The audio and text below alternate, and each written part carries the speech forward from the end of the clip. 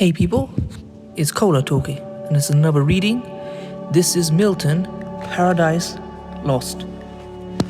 Book 1, The Argument. This first book proposes, first in brief, the whole subject, man's disobedient, and a loss thereupon of paradise wherein he was placed, then touches the prime cause of his fall, the serpent, or rather Satan in the serpent, who revolting from God, and drawing to his side many legions of angels, was by the command of God driven out of heaven with all his crew into the great deep. Which action passed over, the poem hastens into the midst of things, presenting Satan with his angels, now fallen into hell described here, not in the center, for heaven and earth may be supposed as yet not made, certainly not yet accursed, but in a place of utter darkness, fitliest called chaos. Here Satan with his angels lying on the burning lake, thunderstruck and astonished after a certain space recovers, as from the confusion, calls up him who next in order and dignity lay by him.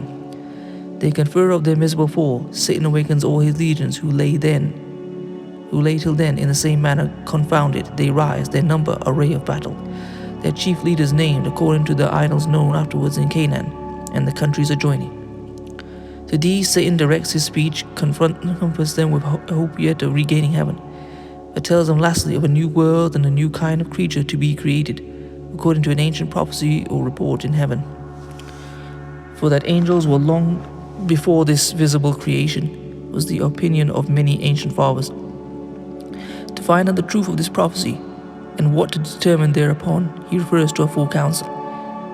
With his associates thence attempt pandemonium. The palace of Satan rises suddenly built out of the deep. The infernal peers there sit in council. Of man's first disobedience and the fruit of that forbidden tree, whose mortal taste brought death into the world and all our woe. With loss of Eden, till one greater man restore us and regain the blissful seat. Sing heavenly muse that on the secret top of Oreb or of Sinai didst inspire, the shepherd who first taught the chosen seed. In the beginning, how the heavens and earth rose out of chaos, or of Sion hill, delight thee more, and Siloah, brook that flowed fast by the oracle of God. I thence invoke thy aid to my adventurous song, that with no middle flight intends to soar above the Ionian mount, while it pursues things unattempted yet in prose or rhyme, and chiefly thou, O spirit, that dost prefer before all temples the upright heart and pure. It struck me, for thou knowest, thou from the first was present, and with mighty wings outspread. Dove like sats brooding on the vast abyss, and mad's it pregnant.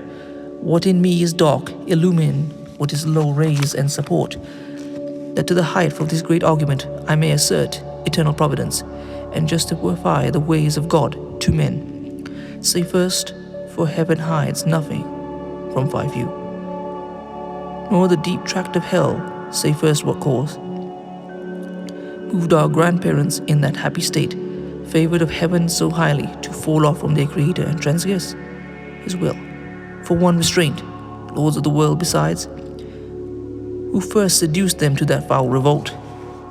The infernal serpent, he it was whose guide, stirred up with envy and revenge, deceived the mother of mankind. What time his pride had cast him out from heaven, with all his host of rebel angels, by whose aid aspiring to set himself in glory above his peers.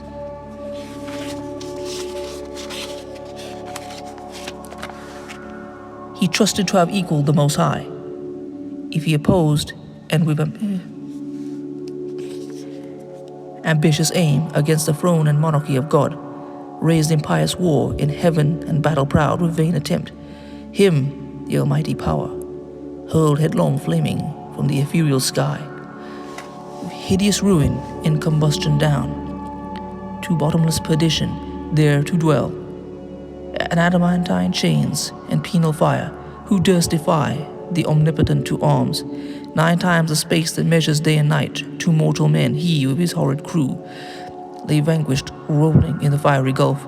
Confounded though immortal, but his doom reserved him to more wrath, for now the thought both of lost happiness and lasting pain torments him, Round he throws his baleful isles that witnessed huge affliction and dismay, mixed with obdurate pride and steadfast hate. At once as far as angels ken he views the dismal situation waste and wild, a dungeon horrible on all sides round, as one great furnace flamed, yet from those flames no light but rather darkness visible, served only to discover sights of woe, regions of sorrow, doleful shades where peace and rest can never dwell, hope never comes. That comes to all but torture without end, still urges and a fiery deluge, fed with ever-burning sulphur unconsumed. Such place eternal justice had prepared. For those rebellious, here their prison ordained, in utter darkness and their portion set, as far removed from God and light of heaven, as from the center thrice to the utmost pole. Oh, how unlike the place from whence they fell. There the companions of his fall, overwhelmed with floods and whirlwinds of tempestuous fire, he soon discerns and weltering by his side. One next himself in power and next in prime, long after known in Palestine and named Beelzebub, to whom the arch enemy and fence in heaven called Satan, with bold words breaking the horrid silence thus began. If thou beest he, but oh how fallen, how changed from him, but who in the happy realms of light, clothed with transcendent brightness, didst outshine. Myriads though bright, if he whom mutual league united thoughts and counsels, equal hope and hazard in the glorious enterprise. Join with me once, now misery hath joined, in equal ruin into what pits thou seest. From what height thou fallen so much the stronger proved, he with his thunder, and till then who knew the force of those dire arms, yet not for those, nor what the potent victor in his rage can else inflict, do I repent or change. Though change in outward lustre that fixed mind, and high disdain from sense of injured merit, that with the mightiest raised me to contend, and to the fiercest contention rode along in numerous force of spirits armed, that durst dislike his reign, and me preferring his utmost power with adverse power opposed, in dubious battle on the plains of heaven, and shook his throne. What though the field be lost? All is not lost. The unconquerable will and study of revenge, immortal hate, and courage never to submit or yield. And what else is there not to be overcome? That glory never shall his wrath or might extort from me. To bow and sue for grace with suppliant knee, and deify his power, who for the terror of this arm so late doubted his empire, that were low indeed, that were an ignominy and shame beneath this downfall, since by fate the strength of gods, and this imperial substance cannot fail. Since through experience of this great event, in arms not worse, in foresight much advanced, we may with more successful hope resolve to wage by force or guile eternal war, irreconcilable to our grand foe, who now triumphs and in the excess of joy, sole reigning holds the tyranny of heaven. So spake the apostate angel, though in pain, vaunting aloud but racked with deep despair, and him first answered soon his bold compeer. O prince, O chief of many thrown powers, led the embattled seraphim to war under fire conduct and in dreadful deeds, fearless endangered heaven perpetual king, and put to proof his high supremacy, whether upheld by strength or chance of fate. Too well I see and rule the dire event, that with sad overthrow and foul defeat have lost us heaven, and with all this mighty host in horrible destruction laid for slow. As far as gods and heavenly essences can perish, for the mind and spirits remain, invincible and vigor soon returns, though all our glory extinct and happy state, here swallowed up in endless misery. But what if he, our conqueror, whom I now of force believe almighty, since no less than such could have overpowered such force as ours, have left us this our spirit and strength entire, strongly to suffer and support our pains, that we may so suffice his vengeful ire, or do he mightier service as his thralls by right of war, whatever his business may be, here in the heart of hell to work in fire, or do his errands in the gloomy deep. What can it then avail, though yet we feel strength undiminished or eternal, being to undergo eternal punishment? Whereto with speedy words the arch-fiend replied, Fallen cherub, to be weak is miserable, doing or suffering, but of this be sure. To do aught good never will be our task, but ever to do ill our sole delight, as being the contrary to his high will, whom we resist. If then his providence out of our evil seek to bring forth good, our labour must be to pervert that end, and out of good still to find means of evil, which oft times may succeed, so as perhaps shall grieve him, if I fail not and disturb his inmost counsels from their distant aim. But see the angry victor have recalled his ministers of vengeance and pursuit back to the gates of heaven. The sulphurous hail shot after us in storm, o'erblown half laid the fiery surge that from the precipice of heaven recalled us falling, and the thunder winged with red lightning and impetuous rage perhaps have spent his shafts and ceases now to bellow through the vast and boundless deep. Let us not slip the occasion where with scorn or satiate fury yielded from our fall. Seest thou yon dreary plain, forlorn and wild, the seat of desolation, void of light? Save what the glimmering of these livid flames cast pale and dreadful. Thither let us tend from off the tossing of these fiery waves, their rest if any rest can harbour there, and reassembling our afflicted powers, consult how we may henceforth most offend our enemy, our own loss how repair, how overcome this dire calamity, what reinforcements we may gain from hope, if not, what solution from despair, what resolution from despair.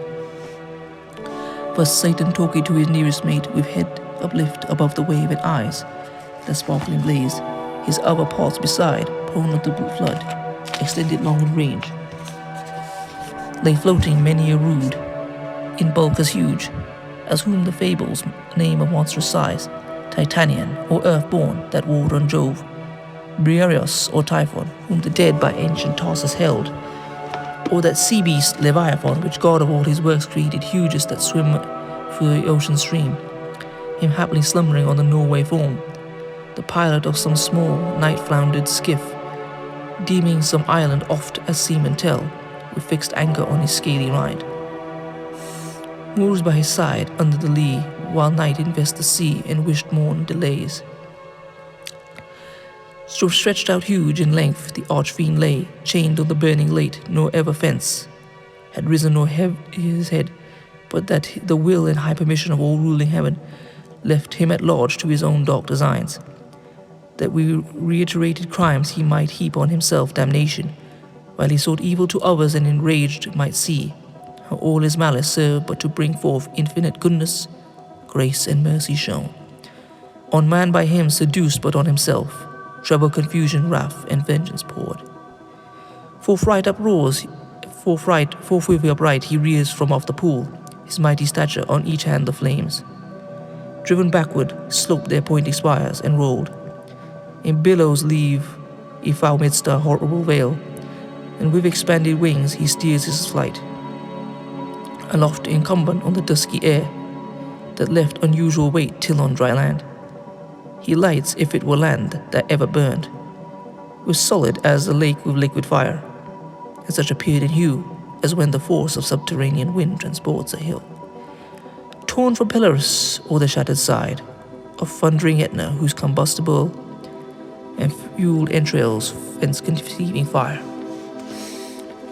Sublimed with mineral fury aid the winds, and leave a singed bottom all involved, with stench and smoke, such resting found the soul of unblessed them. Him followed the next mate, while glorying to have escaped the Stygian flood, as gods and by their own recovered strength, not by the sufferance of supernal power. Is this the region, this the soil, the clime? Said then the lost archangel, this the seed that we must change for heaven, this mournful gloom for that celestial light. Be it so, since he who is now sovereign can dispose and bid. What shall be right, furthest from him is best, whom reason hath equalled, force have made supreme above his equals. Farewell happy fields, where joy forever dwells. Hail horrors, hail infernal whirl and foul profoundest hell. Receive thy new possessor, one who brings a mind not to be changed by place or time. The mind is its own place, and in itself can make a heaven or hell, a hell of heaven. Won't matter where, if I still be the same, and what I should be, all but less than he, whom thunder have made greater. Here at least we shall be free. The Almighty have not built here for his envy, will not drive us hence. Here we may reign secure, and in my choice to reign is worth ambition though in hell. Better to reign in hell than serve in heaven. But wherefore let we then our faithful friends, the associates and co-partners of our loss, lie us astonished on the oblivious pool, and call them not to share with us their part in this unhappy mansion, or once more with rallied arms to try what may be yet regained in heaven, or what more lost in hell. So Satan spake, and him Beelzebub first answered, leader of those armies bright, which but the omnipotent none could have foiled.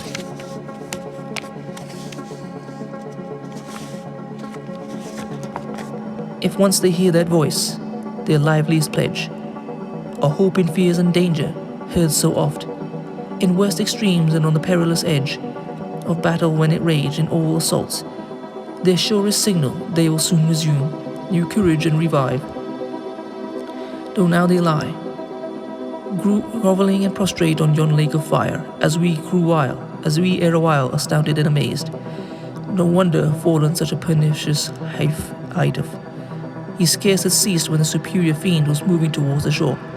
His ponderous shield, ethereal, temporal, massy, large and round, behind him cast the broad circumference, hung on his shoulders like the moon, whose orb through optic glass the Tuscan artist views at evening from the top of his soul, or in Valderno to descry new lands, rivers or mountains in her spotty glow, his spear to equal which the tallest pine, hewed on Norwegian hills to be the mast of some great admiral were but a wand.